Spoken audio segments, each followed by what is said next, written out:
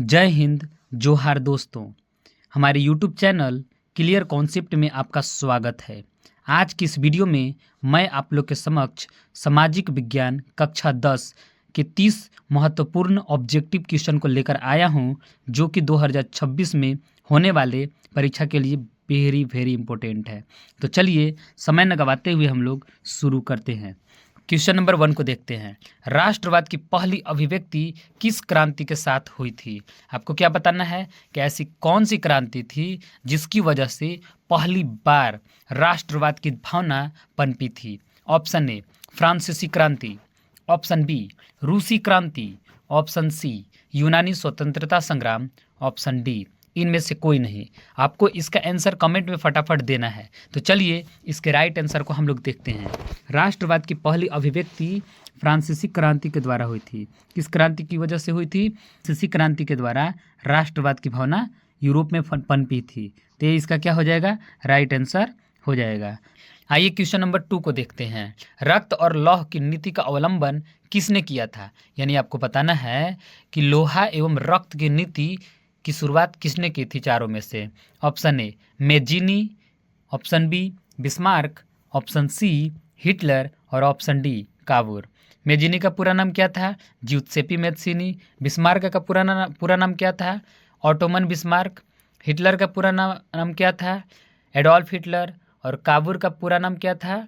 Count Camilo the Cavour. आपको इसको बताना है। तो बताइए इसका राइट आंसर क्या होगा? तो देखिए, लौह एवं लहू की नीति जो था उसका अवलंबन ऑटोमन बिस्मार्क ने किया था। किसने किया था? बिस्मार्क ने किया था। बिस्मार्क का कहना था कि किसी भी तरह से हमको युद्ध जीतना है, चाहे कूटनीति से, चाहे लौह, चाहे ताकत से, चाहे मारपीट से ही जीतना हो, लेकिन हम पूरे यूरोप को जीतेंगे। वो बहुत ही होशियार शासक था, याद रखिएगा। ठीक है, चलिए क्वेश्चन नंबर 3 की ओर हम लोग अग्रसर होते हैं। और क्वेश्चन नंबर 3 क्या है इसको हम लोग देखते हैं। देखिए क्वेश्चन नंबर 3 क्या है? हिंद स्वराज किसके द्वारा लिखा गया था? क्या है? हिंद स्वराज किसके द्वारा लिखा गया था?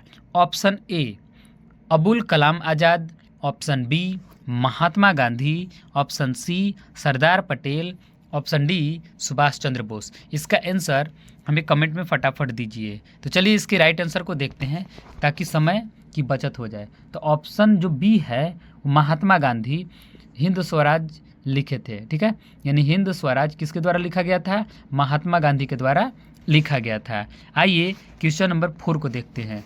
क्रूर जालियांवाला नरसंहार कहाँ हुआ था? आपको बताना है कि क्रूर जालियांवाला जो नरसंहार है, ये वाला जो नरसंहार है वो कहाँ पर हुआ था?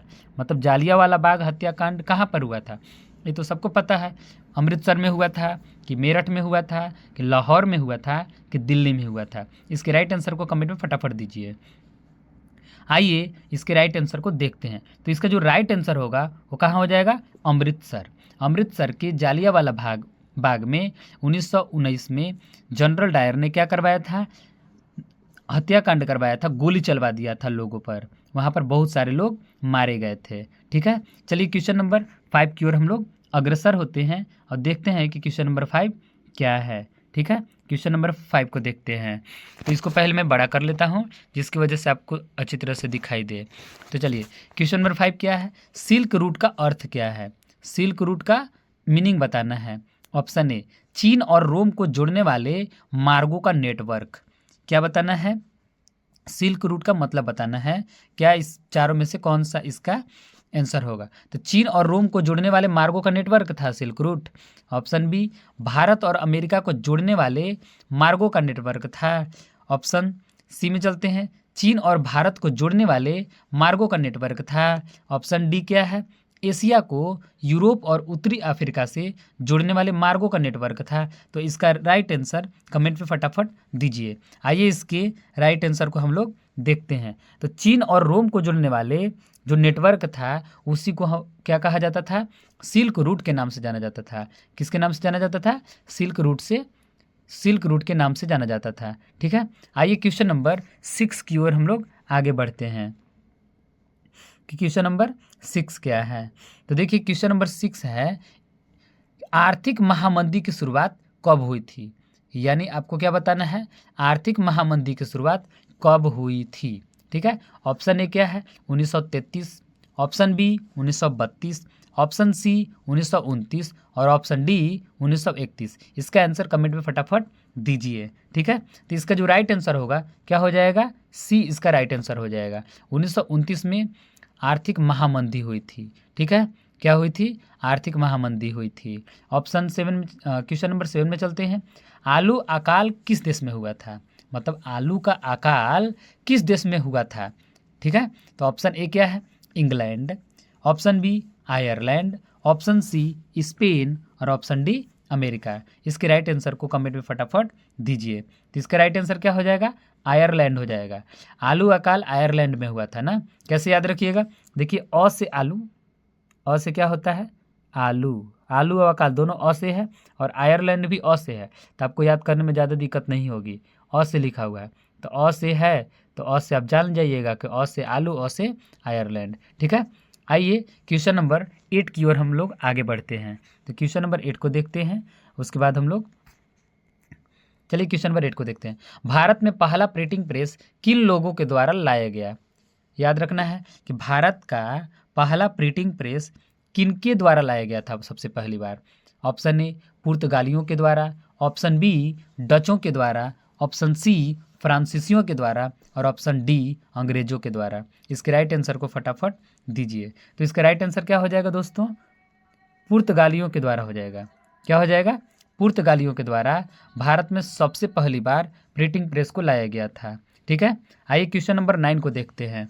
मोटे कपास का उत्पादन कई देशों में किया जाता था, लेकिन बेहतर किस्में कहाँ से आती थी।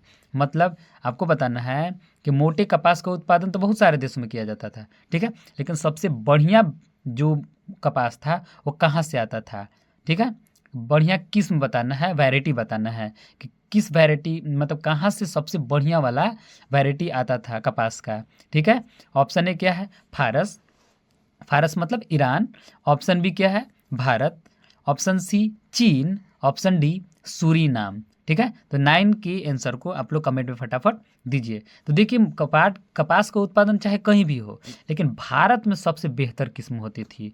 कहाँ पर होती थी, भारत में सबसे बेहतर किस्म की कपास आती थी। ठीक है, भले दुनिया में कहीं पर भी होता था इसका उत्पादन, लेकिन याद रखिएगा भारत में सबसे अच्छा क्वालिटी का क्या आता था, कपास आता था। आइए क्वेश्चन नंबर 10 को देखते हैं। किस मिट्टी में लौह धातु की अधिकता होती है। आपको बताना है कि ऐसी कौन सी मिट्टी है जिसमें सबसे ज़्यादा लोहा पाया जाता है। लाल मिट्टी, ऑप्शन बी काली मिट्टी, ऑप्शन सी लेटराइट मिट्टी, ऑप्शन डी जलोढ़ मिट्टी। इसके राइट आंसर को कमेंट में फटाफट दीजिए। ठीक है, तो इसका राइट आंसर क्या हो जाएगा, लाल मिट्टी में लोहा की मात्रा ज़्यादा होती है। क्या याद रखना है कि लाल मिट्टी एक ऐसी मिट्टी है जिसमें लोहा की मात्रा ज़्यादा पाई जाती है। ठीक है, चलिए अब क्वेश्चन नंबर 11 को हम लोग देखते हैं कि क्वेश्चन नंबर 11 क्या है। इसको मैं बड़ा कर देता हूँ ताकि आपको समझने में दिक्कत ना हो। बीज बचाओ आंदोलन क्या था। आपको क्या बताना है कि बीज बचाओ आंदोलन क्या था। ऑप्शन ए क्या है रासायनिक खादों से अधिक उत्पादन, मतलब रासायनिक खादों से उत्पादन बढ़ाना था।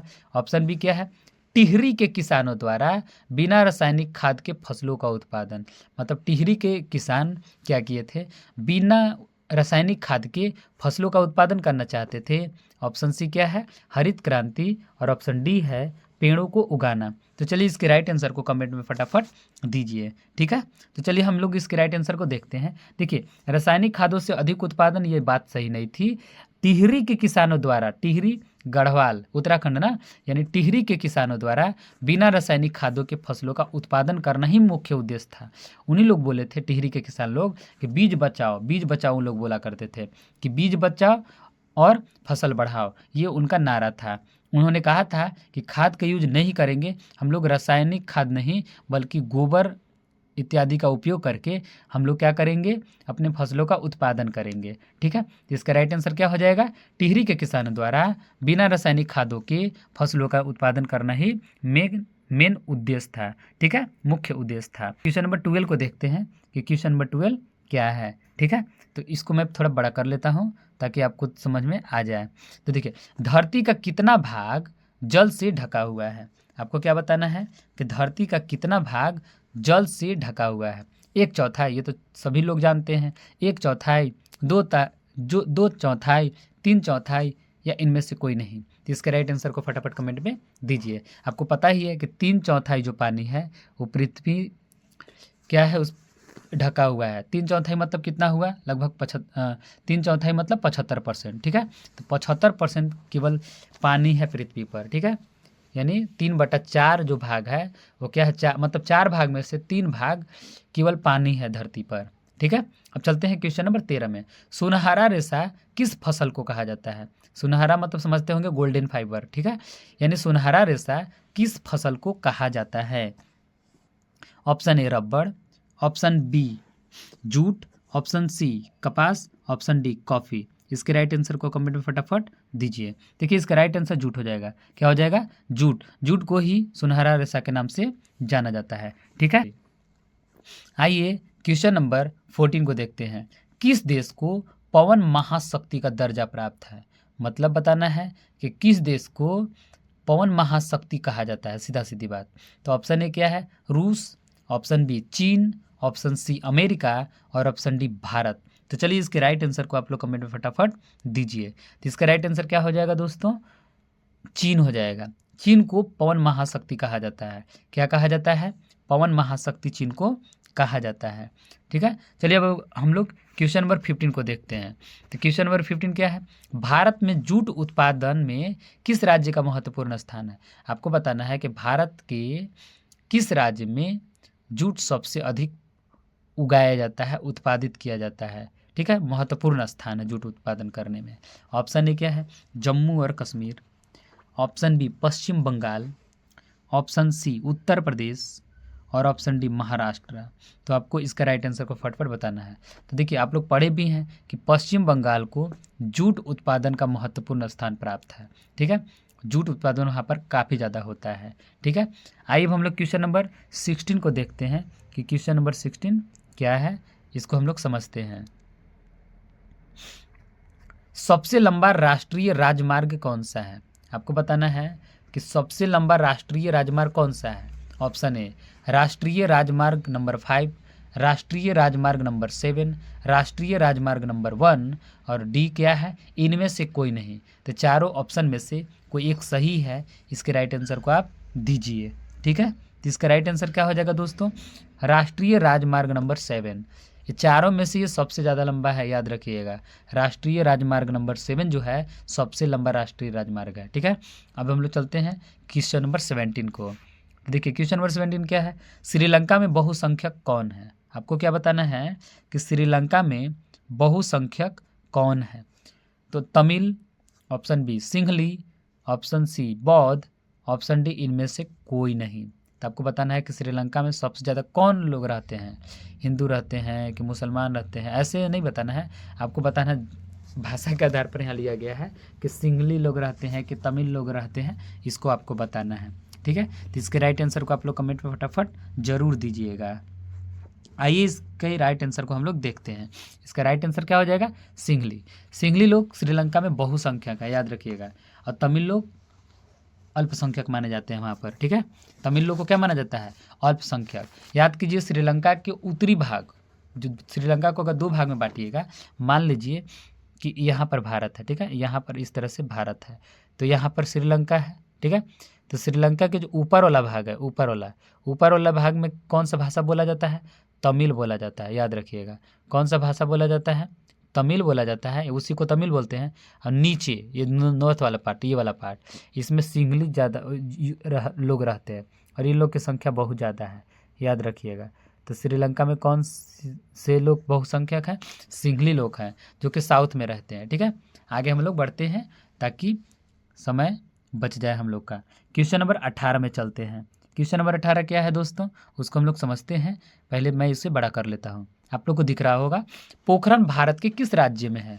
याद कीजिए मैंने एक वीडियो बनाया था पोखरण परमाणु टेस्ट, उसके बारे में अच्छी तरह से समझाया था। और एक और वीडियो मैंने बनाया था डॉक्टर APJ अब्दुल कलाम के जीवनी के बारे में, उसमें भी मैंने पोखरण का जिक्र किया था। तो आप लोग अगर देखे होंगे तो तुरंत आप लोग के दिमाग में आ गई होगी। ठीक है, तब भी मैं ऑप्शन पढ़ देता हूँ। ऑप्शन ए क्या है? Rajasthan, option B Gujarat, option C Punjab और ऑप्शन डी झारखंड। याद कीजिए पोखरण में परमाणु टेस्ट होता है, ठीक है। तो परमाणु टेस्ट यानी न्यूक्लियर वेपन का वहाँ पर टेस्टिंग की जाती है। तो देखिए गुजरात में थोड़े ना होता है, पंजाब में नहीं होता है और हमारा झारखंड में नहीं होता है। कहाँ पर है पोखरण? राजस्थान में पोखरण है, ठीक है। इसको हमेशा याद रखिएगा आप लोग। आगे चलते हैं क्वेश्चन नंबर 19 की ओर। संघ सूची, राज्य सूची और समवर्ती सूची का उल्लेख संविधान की किस अनुसूची में किया गया है? आपको बताना है कि संघ सूची, राज्य सूची और समवर्ती सूची मतलब तीनों सूची का उल्लेख संविधान के किस अनुसूची में किया गया है, ठीक है। तो इसके ऑप्शन को देखिए, 5वीं, 6वीं, 7वीं और 8वीं। तो आपको बताना है कि किस सूची में तीनों की बात की गई है, संघ सूची, राज्य सूची और समवर्ती सूची, ठीक है। तो ऑप्शन सी जो है इसका राइट आंसर हो जाएगा। तीनों ऑप्शन जो सी है यानी 7वीं अनुसूची में संघ सूची, राज्य सूची और समवर्ती सूची के बारे में उल्लेख किया गया है, ठीक है। आइए अब हम लोग क्वेश्चन नंबर 20 की ओर अग्रसर होते हैं और देखते हैं कि क्वेश्चन नंबर 20 क्या है। इसमें पहले मैं बड़ा कर लेता हूँ ताकि आप लोग को अच्छी तरह से दिखाई दे दें, ठीक है। आगे बढ़ते हैं, ठीक। भारतीय समाज माना जाता है, मतलब भारतीय समाज किस प्रकार का समाज है? पहला है मातृ सत्तात्मक समाज। मातृ सत्तात्मक मतलब समझते होंगे मम्मी के नाम से पहचान, ठीक है। ऑप्शन बी क्या है? पितृ सत्तात्मक समाज, मतलब पिता के नाम से जाना जाता है। सी भातृ समाज, भ्रातृ समाज और ऑप्शन डी क्या है? इनमें से कोई नहीं। देखिए हिंदी बोलने में थोड़ा दिक्कत हो रही होगी तो माफ़ कीजिएगा, ठीक है। भ्रातृ समाज लिखा हुआ है, भ्रात समाज बोल दिए थे, तो यहाँ पर टेंशन लेने वाली बात नहीं है। आपको दिख रहा होगा, आप खुद भी पढ़ सकते हैं। तो ऑप्शन बी का क्या हो जाएगा? तो क्वेश्चन नंबर 20 का क्या हो जाएगा? ऑप्शन बी इसका हो जाएगा, पितृ सत्तात्मक समाज है। क्या हमारा समाज है भारतीय समाज? पितृ सत्तात्मक। अभी भी देखिए पिता के नाम से ही बच्चों को जाना जाता है, माता के नाम से नहीं जाना जाता है, ठीक है। इसलिए बोला जाता है कि फलनवा के बेटा, मतलब उसका नाम धर के उसके पिताजी के नाम पकड़ करके और बेटा को पुकारा जाता है, यानी पितृ सत्तात्मक समाज है हमारा, ठीक है। अब चलते हैं क्वेश्चन नंबर 21 की ओर। क्वेश्चन नंबर 21 क्या है? भारत किस प्रकार का राज्य है? आपको बताना है कि भारत जो है किस प्रकार का राज्य है। तो ऑप्शन ए लोकतांत्रिक, ऑप्शन बी धर्मनिरपेक्ष, ऑप्शन सी कल्याणकारी राज्य और ऑप्शन डी क्या? उपरोक्त सभी। मतलब भारत किस प्रकार का राज्य है ये आपको बताना है, ठीक है। तो देखिए भारत लोकतांत्रिक है कि नहीं है? ये बात सही है, भारत तो लोकतांत्रिक है। भारत क्या है? लोकतांत्रिक राज्य है, ठीक है। भारत लोकतांत्रिक राज्य, तो ये तो बात सही है। धर्मनिरपेक्ष, देखिए भारत धर्मनिरपेक्ष भी है। ऑप्शन सी क्या है? कल्याणकारी राज्य, मतलब कल्याण के लिए भी है, यानी जो ऑप्शन डी होगा, ऑप्शन डी इसका राइट आंसर हो जाएगा। क्या होगा दोस्तों? ऑप्शन डी जो है इसके राइट आंसर हो जाएगा, ठीक है। इसको मैं मिटा के और आंसर को सीधे लिख देता हूँ, यानी ऑप्शन डी इसके राइट आंसर हो जाएगा। उपरोक्त सभी, लोकतांत्रिक भी है, धर्मनिरपेक्ष भी है और कल्याणकारी समाज है, मतलब समाज का कल्याण भी सोचता है हमारा समाज, भारत सोचता है, ठीक है। चलते तो क्वेश्चन नंबर 22 क्या है इसको हम लोग समझते हैं। बड़ा मैं कर लिया हूँ, आप लोग को दिख रहा होगा। चलिए आइए अब हम लोग क्वेश्चन नंबर 22 को देखते हैं। बाम सेफ किसका आंदोलन था? मतलब कौन आंदोलन कर रहे थे बाम सेफ में, ठीक है। ऑप्शन ए क्या है? किसान, ऑप्शन बी कर्मचारी, ऑप्शन सी उद्योगपति और ऑप्शन डी उपरोक्त सभी, ऑल ऑफ एबोव, ठीक है। मतलब उपरोक्त सभी। तो आपको बताना है कमेंट में इसका फटाफट राइट आंसर को, अगर नहीं पता होगा तो मैं बताने जा रहा हूँ, ठीक है। तो ऑप्शन जो बी है ये इसका राइट आंसर हो जाएगा, क्योंकि कर्मचारी लोगों का ही आंदोलन था, कर्मचारी लोग अपना वेतन के बारे में ये आंदोलन किए थे, ठीक है। आगे की ओर हम लोग बढ़ते हैं। आइए अब हम लोग क्वेश्चन नंबर 23 को देखते हैं। राजनीतिक दलों को मान्यता कौन देता है? ऑप्शन ए चुनाव आयोग, ऑप्शन बी राष्ट्रपति, ऑप्शन सी संसद और ऑप्शन डी न्यायपालिका। तो इसके राइट आंसर को कमेंट में फटाफट दीजिए। इसका जो राइट आंसर हो जाएगा क्या हो जाएगा? चुनाव आयोग। राजनीतिक दलों को मान्यता कौन देता है? चुनाव आयोग। याद रखिएगा, हमेशा भूलना नहीं है, ठीक। आइए अब हम लोग क्वेश्चन नंबर 24 की ओर अग्रसर होते हैं। इनमें से किस देश में एक दलीय शासन व्यवस्था है? मतलब एक दल में शासन व्यवस्था है। 4 देश आपको दिए गए हैं। Option A Bharat, option B चीन, option C Britain, option D America. तो राइट आंसर को कमेंट में फटाफट दीजिए। तो इसका राइट आंसर क्या हो जाएगा दोस्तों? बी चीन। ना एक दलीय शासन व्यवस्था है चीन में। मतलब भारत में देखिए दल बदलते रहते हैं, कभी बीजेपी आती है, कभी कांग्रेस आते रहते हैं। चीन में अभी सी जिनपिंग है तो सी जिनपिंग है, कम्युनिज्म है, कम्युनिस्ट पार्टी के अध्यक्ष हैं वे, तो अभी भी है वे। अब हमको लगता है कि जब तक वो मरेंगे नहीं तब तक दूसरा राजा वहाँ नहीं बनेगा, दूसरा प्रेसिडेंट नहीं चुना जाएगा। ऑप्शन सी क्या है इसमें? ब्रिटेन। तो ब्रिटेन तो पता ही होगा, संसदीय शासन प्रणाली है, वहाँ भी बदलते रहते हैं, ठीक है। उसके बाद क्या है? अमेरिका। तो अमेरिका में पता ही है, कभी डोनाल्ड ट्रंप, कभी जो बाइडेन, कभी बराक ओबामा थे, तो बदलते रहते हैं। लेकिन चीन में एक दलीय शासन व्यवस्था है, ठीक है। आइए अब हम लोग क्वेश्चन नंबर 25 की ओर अग्रसर होते हैं। भारत में लोकतंत्र की सफलता में क्या बाधा है? मतलब लोकतंत्र की सफलता में आपको बाधा बताना है। बाधा मतलब दिक्कत। ऑप्शन ए गरीबी, ऑप्शन बी मतदान का दुरुपयोग और शिक्षा, और ऑप्शन डी क्या है? उपरोक्त सभी। तो इसके राइट आंसर को कमेंट में फटाफट दीजिए। इसका राइट आंसर क्या होगा पहले देखते हैं। देखिए गरीबी भी बाधा है लोकतंत्र में। क्या है? गरीबी बाधा है। मतदान का देखिए दुरुपयोग हो रहा है, आपको पता ही होगा अभी की स्थिति क्या चल रही है, और शिक्षा भी बाधा है। तो यहाँ पर आप देखने को आपको मिल रहा होगा कि तीनों की तीनों बाधा हैं, यानी जो ऑप्शन डी होगा ये इसका क्या हो जाएगा? राइट आंसर हो जाएगा, ठीक है। सभी, इनमें से जितने सभी लोग, सभी क्या है? तो लोकतंत्र में बाधा है सभी, तो इनमें से सभी इसका राइट आंसर हो जाएगा डी, ठीक है। डी मैं यहाँ लिख देता हूँ, यहाँ पर छेचा है मैंने, तो आपको दिख रहा होगा डी सभी, यानी इनमें से सभी, ठीक है। अब आइए क्वेश्चन नंबर 26 की ओर आगे बढ़ते हैं। भारत के किस राज्य की प्रति व्यक्ति आय कम है? क्या बताना है कि भारत के किस राज्य की प्रति व्यक्ति आय कम है? Option A Orissa, option B Madhya Pradesh, option C Bihar, और ऑप्शन डी केरल। तो इसके राइट आंसर को कमेंट में फटाफट दीजिए। तो बिहार इसका राइट आंसर हो जाएगा। प्रति व्यक्ति आय बिल्कुल कम है, ठीक है। आज भी बिहार के लोग गुजरात में जाते हैं, महाराष्ट्र में जाते हैं और बहुत ज़्यादा काम करते हैं, यानी हार्ड लेबरियर्स हैं वहाँ पर, कम दाम में भी, कम मजदूरी भी में भी दिन भर खटते हैं, ठीक है। इसलिए बिहारियों को देखे होंगे कि बहुत ही गरीबी के नज़र से देखा जाता है बिहार के लोगों को, ठीक है। वैसे हम लोग झारखंड के लोगों को भी बोला जाता है, ऐसा नहीं है कि हम लोग को नहीं बोला जाता है, हम लोग भी पिछड़े ही हैं, बट बिहार के लोगों को भी वहाँ पर बोला जाता है। तो प्रति व्यक्ति आय वहाँ पर कम है, ठीक है। अब चलते हैं क्वेश्चन नंबर 27 को। रोजगार गारंटी अधिनियम कब लागू किया गया? आपको बताना है कि रोजगार गारंटी अधिनियम कब लागू किया गया, ठीक है। तो option A 2005, B 2004, option C 2003 और ऑप्शन डी 2006। तो इसके राइट आंसर को कमेंट में फटाफट आप जरूर दीजिए। तो चलिए इसके राइट आंसर को हम लोग देखते हैं। ऑप्शन ए रोजगार गारंटी अधिनियम 2005, याद कीजिए रोजगार गारंटी अधिनियम 2005 में लागू किया गया था।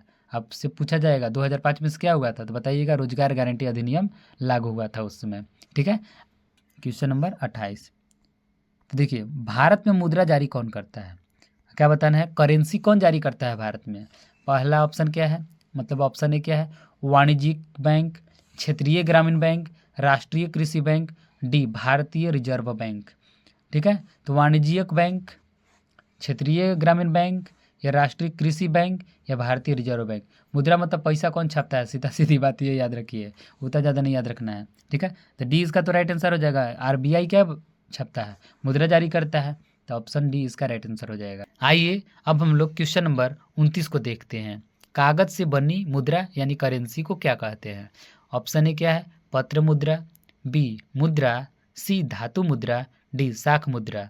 तो इसके राइट आंसर को कमेंट में फटाफट जरूर दीजिए। तो इसका राइट आंसर क्या होगा? कागज से बनी है तो पत्र मुद्रा ही कहलाएगी।